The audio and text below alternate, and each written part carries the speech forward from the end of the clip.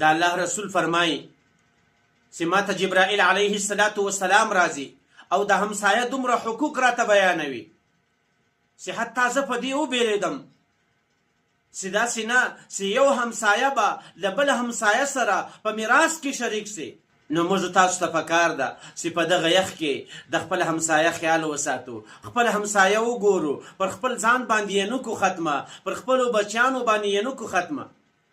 لکه څنګه چې زما او ستا بچیانو ته یو شی را رسیږي او خپلو بچیانو ته بل شی راوړو، د هغو د یخ خیال را سره یي، د هغو د یخ جامې پوره دي، هغو د یخ ټول اسباب برابر دي. نو راسي په ځان کې دغه سوچ او فکر پیدا کو چې آیا د دې همسایه چې کوم بچیان دي دا خو هم ګلۍ ته راوځي، ته یې وګورئ دې بچیانو یو خولۍ په سر ده، دې یو کوټ اغوستی دی، د دې ګوټونه ستا او که نسته. داسې زموږ بچیان و ګلۍ ته وځي، د هغو خولۍ په سر وي د یخ ده، د هغو کوټ وي، د هغو ګوټونه وي، لیکن د همسایه له کوره څخه داسې بچی راوځي چې د هغه پر سر باندې خولۍ نه وي، د هغه کوټ نه وي، د هغه ګوټونه نه وي، هغه بچی لڅې پښې له کوره څخه راوځي. ما او تا به په هغه سخته ورځ باندې د دې څه جواب ورکوو؟